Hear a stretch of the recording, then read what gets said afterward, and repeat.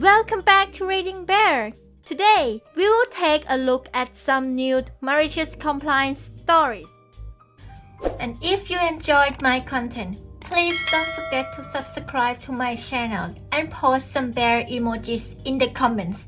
Let's go! First one is titled, Do It My Way, but just do it my way, okay. Have fun with a flooded basement. This happened a few years ago right after my really good neighbor moved out and the new shitty family moved in. It was a Saturday and I saw the new neighbors working on their backyard. I hadn't really had the opportunity to introduce myself, so I went over and said hello. They were digging a pit to put in a plastic rainwater collection thing to water their vegetable garden with.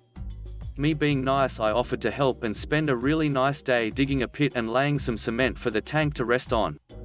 Well, I noticed two things and tried to bring it up. One, they did not put in any removable mesh through the main collection pipe, meaning if it gets clogged it's going to be bitchy to clean out. Two, there was no overflow line from the tank. The thing is, it would have been an easy fix, maybe 45 extra minutes. I tried to bring it up and I told them you might want to put in some mesh and an overflow. I was shut down right away, like they said it's fine. I said, but you're going to over. I was cut off right away with just do it my way, I want it done my way, if you don't like it leave. So I said okay, have a nice day, and left. About a month later, after heavy rain, guess what, it filled up. Then the intake pipe filled up. The water collected and spilled through the basement window, flooding the basement, and I mean seriously flooding at least a solid foot of water. So yeah, maybe listen to the girl that went to university for engineering. They had to pump the basement, dig up the tank and add an overflow pipe. Since then they have hated me. Next one is titled, We Can't Have Tires for Our Trailer. I can't go into a lot of detail, because I'm not sure if I can still get in trouble for this. Was deployed to Iraq in 2003, and in 2004 we were on our way to return home. We were to drive in a convoy from Iraq to Kuwait, but our trailer's tires were balder than I am. We went to the mechanics a number of times requesting trailer tires, as they had pallets of tires. And every time we'd request the tires they would say they need the tires for the convoy home. We knew the trailer wasn't going to make it without losing the tires. One day my squad leader came to me and another soldier and told us we were to get 2 new tires and not to come back until we got them. We went down to the motor pool and tried to figure out what we were going to do. As we were trying to figure things out, sirens started blaring for incoming mortars. We got down under a gooseneck trailer and waited for the all clear, and that's when it hit me. I walked over to our trailer and pulled out my Gerber multi-tool and poked holes into the tires. We left the motor pool for lunch and then came back and went to the mechanics telling them we needed tires as ours had gotten damaged in the mortar attack. They told us they'd replace the tires, and my buddy and I went back to our squad leader letting him know we'd have tires for our trailer the next day. He asked how we did it. I told him not to ask questions he didn't want answers for, and he just nodded. Next one is titled, Submit a Ticket, Sure Thing, Enjoy Cascading Failures. I work for a hospital as transport. Of course we use an outdated system that barely functions. The other day, like so many times before, there was an issue that required immediate attention, so I submitted a ticket, or I could have if the ticket system was working. So I physically call IT maintenance to get them to resolve the issue. Unfortunately, they need a ticket to fix the issue with the ticket submission system. I'm already at the end of my rope, so I say duck it and don't bother pressing them and submit a ticket and get an error return. In fact, I do this all night and for days, still completely unusable. Well, today's was the melting point. Not only was administration fuming about unfixed issues, but the system itself crashed, returning us to the days of pen and paper. They claimed ignorance, but the hundreds of failed to receive reports say otherwise. So we'll be playing catch up for a while, trying to get everything running again, but at least my job is easier with no phone, internet or pager. Next one is titled, Don't Work Overtime? No problem, boss. I, 22 female, work for a large retail chain in one of their smaller stores, not a mega store but still sizable. Each department has multiple people, manager, controller and usually 2 to 4 floor workers. I'm one of the 2 floor workers in my section, and we can normally handle the deliveries, floor work, restocking and customer service. That was until January. The manager took his time off, he worked through the festive season, the controller caught the dreaded you-know-what, and the other worker also chose to take her off time. She wasn't aware of the situation. This left little me to do the work of 4 people all by myself, with no manager. The merchandisers who could have helped me acted like my section no longer existed. I ended up working overtime through January and put in around 12 extra hours to ensure the store was at the expected level of order, except they didn't pay me for the overtime. When I asked questions, the HR manager yelled at me, told me my overtime approval ended at the end of December, convenient, and best of all, he told me that I should quit if I'm going to have such a big mouth. It was made very clear that the extra work was not appreciated and they just saw an opportunity for free labor. This is a shortened version of what happened. The man literally had me in tears, and this was in front of customers, but that's a story for another day. Anyway, cool, time for some malicious compliance. I won't do any more overtime. Just the next month an important visit was scheduled. The big boss was coming to check on us and we had to be perfect. Here's the catch, my deliveries come in at 6 AM and 4 PM most days, they should be unpacked immediately. This is a 2-hour job at a minimum. Yeah, my shift is 6 AM to 3 PM, so I just stopped helping with the second delivery even if there was no one there to do it. I went home. Shelves a mess? Go home. No staff? Go home. Delivery coming in? Nah, go home. My manager asked me why I was no longer doing my job like I used to. I told what the HR manager said. Also told my union rep. Guess who's not allowed to talk to me without a witness present now? Edit. I didn't get my overtime pay. I'm in South Africa and the labor laws here often favor employers. I spoke to the union rep and all she could pull was to have an official warning put in the HR manager's file, and he's no longer allowed to talk to me without a witness of my choosing present. He's not even allowed to greet me. My father, now retired, was a union rep for over 10 years. He looked into it and they found a loophole to get away with it by saying my overtime approval ended in December and it was my responsibility to ask. They only told me when I queried the short pay on the 4th of February. I've learned a hard lesson, but one I will not forget. Next one is titled, Breaks are 15 and 25 minutes and when we say. So some context, I work in the machine shop fixing the tooling used in plastic injection molding, or at least I should. Half the time I'm on machines helping, making parts for maintenance because they're half a crew down and the company won't hire anyone else since it seems to be going okay without them. You know, until the times it doesn't. Naturally, machines don't stay running just because it's my break, and machining jobs are often best done in blocks to help prevent screw-ups, so it's rare that I'll ever get on break on time. I'm okay with this, my boss is okay with this. The unwritten agreement is the later I stay to help get production going, the later I can stay on break, assuming nothing else needs doing critically. So I put off my lunch by an extra half hour and 25 minutes becomes maybe 35 minutes. Of course there's someone that has to ruin things, there always is. One day I go late for my first break and leave less than 5 minutes late. Next thing I know I'm in a meeting being disciplined for taking too long breaks. See, there are a few managers here that keep the whole place functioning, in spite of the rest of them. A guy that's been here more than a decade can run things perfectly and faster than anyone else. Fired for being on his phone while he waits for the machine to do its thing because he's so quick he outpaces it. That's the kind of management we deal with here. So I decide no more long breaks. I have to take the breaks they specify. Sure. A month passes, production is through the floor and downtime is huge, waiting for mostly simple tool repairs. Get in there with screwdriver and pick out the jammed bit. See, it's said that if you can afford the setup cost you'll struggle not to make a profit on plastic molding, as in 100 pounds parts every few minutes. So half an hour of downtime here, another 40 minutes there while I wait for the operator to come back and test it, because I went on break instead of doing the quick fix while they're here. It adds up. One of the managers decides to talk with me about this sudden downtime, and I mention how it worked before. Funny, now nobody mentions anything if I'm a bit late back. Next on is titled, Don't Touch Your Bar? Fine, I won't. I work for a pretty popular franchised coffee shop, and my store also happens to be the busiest store of said franchise in my city. As a result, things tend to get very fast-paced and hectic when it's busy. I myself have worked in 3 coffee shops at this point in my life, for a total of 3 years now. I haven't worked at this particular franchise before, but making a latte is the same no matter where you are, and not to toot my own horn, but I'm quite an excellent barista.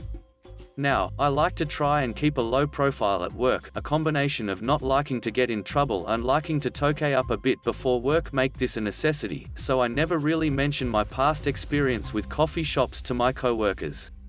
If it comes up organically I'll mention it of course, but I figure there's nothing to gain from boastfully saying, oh yeah, I've got 3 years of barista experience, when someone tries to helpfully offer me advice. I know people love to feel like they're smarter than others, so I just let them talk.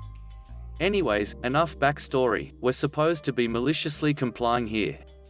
This was a few months ago, on my 4th or 5th shift.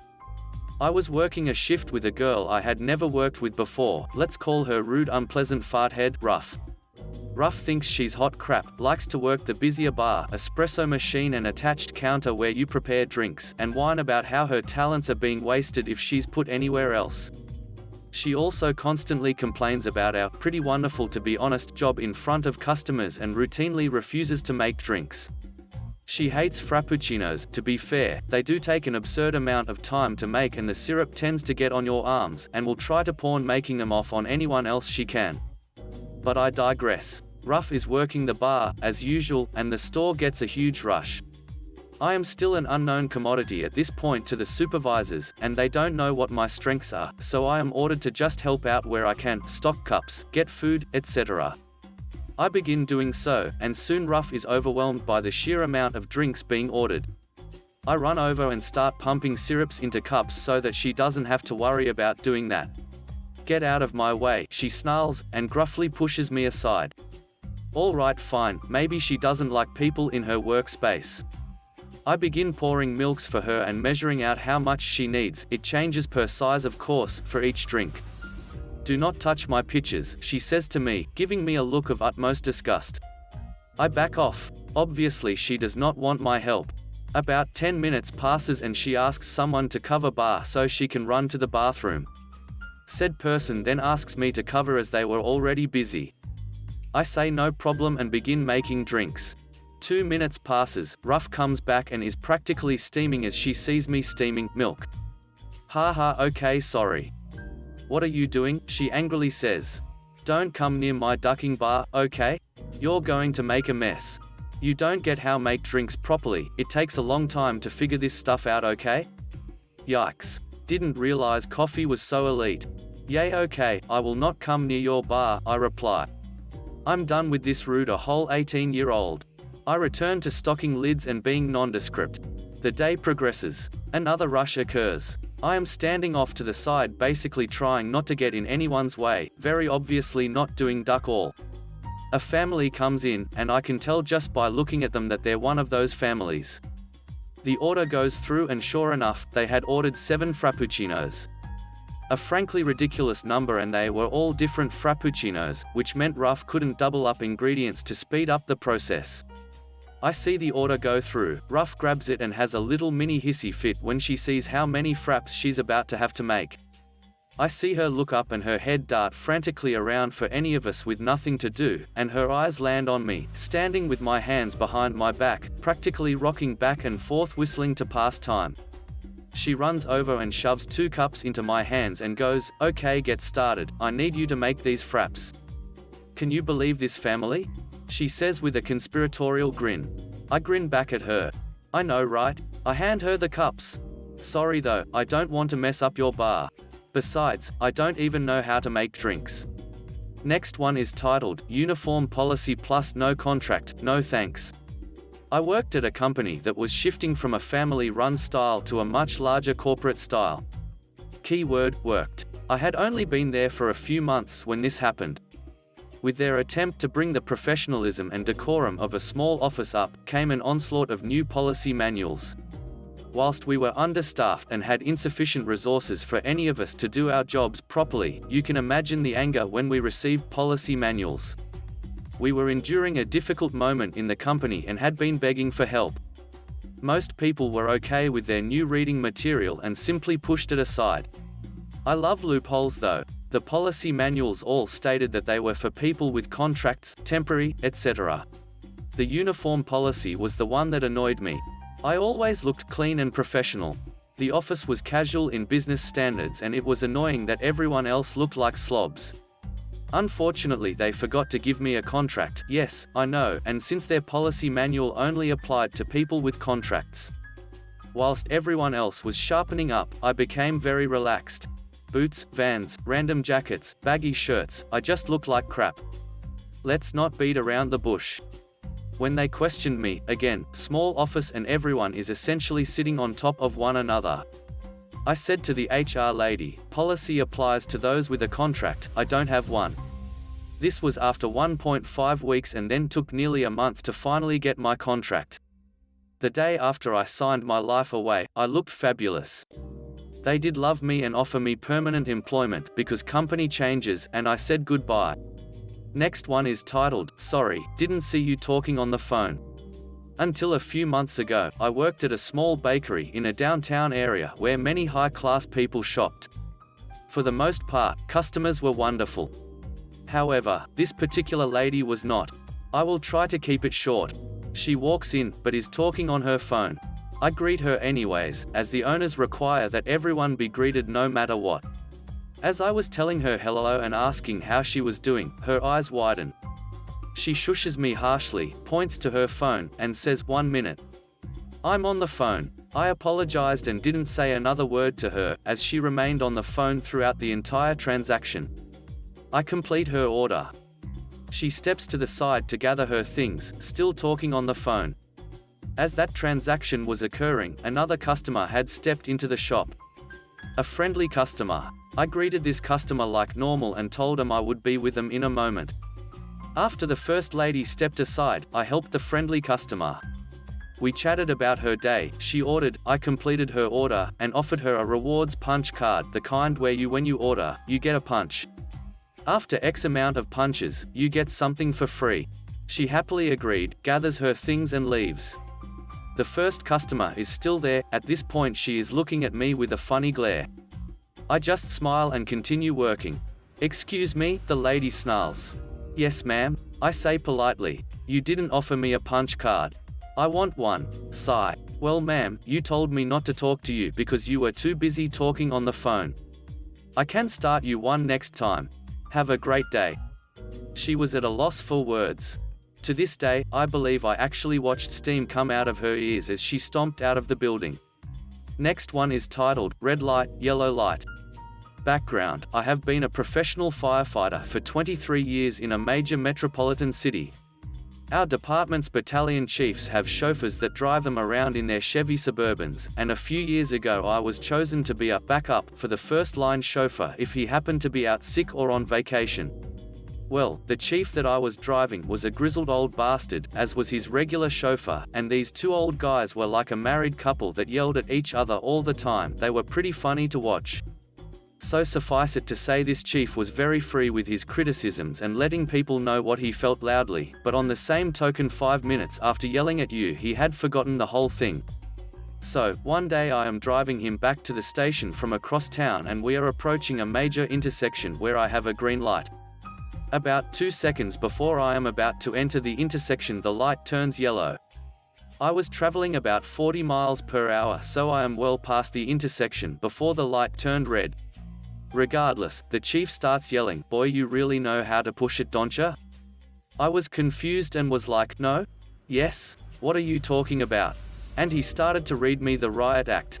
That light was yellow and you blew through that intersection anyways, and we have to be a good example for these citizens, and on and on. Finally I am like, "Are you talking about that intersection we just went through?" And he responds, "Yes, and I don't want to see that happen again. Am I clear?" And of course I had to clarify, "Are you ordering me to not go through any more yellow lights today?" Predictably he responded, "Yes." Fast forward 3 hours. We are returning from a call and we are traveling down a major thoroughfare, but at the time it wasn't busy, not a lot of traffic. I am super aware of my speed and everyone around me because I am coming up to a light that has been green for a while. Traveling about 35 to 40 miles per hour, I get to about 30 feet to the intersection and the light went yellow. I locked up the brakes, leaving a most impressive cloud, and the chief is thrown forward in his seat, almost touching his forehead to the dashboard, and then flopping back into his seat. The cloud cleared just in time to see the light turn red. I have my eyes locked forward, but out of the corner of my eye I can see the chief's face red as a cherry, but he didn't say a word. The light turned green and we continued on our way to the station. I never heard anything about my driving again. Last one is titled, Saying No Got Me a $2 Tip. When I was in college I would come home and usually work some summer job. I ended up working 2 years in a row at a local grocery store. As most are, we had 10 items or less lanes. We were always under strict order to not take anything over 10 items. Occasionally we could let it slide if it were 12 or 13 items. This lady comes up and I can see she's done shopping and starts looking for the shortest lane to get into. I'm manning that 10 items lane and don't have anyone. She's got a mound of groceries in her cart which would have easily taken me at least a good 10 minutes to go through, including her unloading onto the belt, me scanning and then loading into the cart again. I'd say probably had at least 40 items in the cart to scan. I calmly told her, "Ma'am, I'm sorry, but this is 10 items or less, you're going to have to go to a different lane." This must have been the last straw for the day because she immediately begins to berate me with, "You're lazy, I'll just split it up into multiple transactions under 10 items, there's no one here, get me a manager." Lucky the manager was standing near me and says, "Ma'am, he is correct, this is a 10 items or less, please go to a different lane. We keep this open in case someone does have only a few items so they can get in and out quicker." She continues to moan as the manager walks her over to another lane. Meanwhile a guy comes up with a measly 2 items in my lane. Looks at me and goes, "Man, what was that about? That is crazy." I simply told him that I wouldn't let her in my lane because she had more than 10 items. Turns to me and says, "Hey man, I appreciate it." Pulls out $2 and hands it over to me. Confirmed with manager we could accept tips like that. I spent the next 10 minutes watching the lady fuming waiting in a different line while I continued to have no more customers. I also got myself a snack with that tip. Thanks for listening.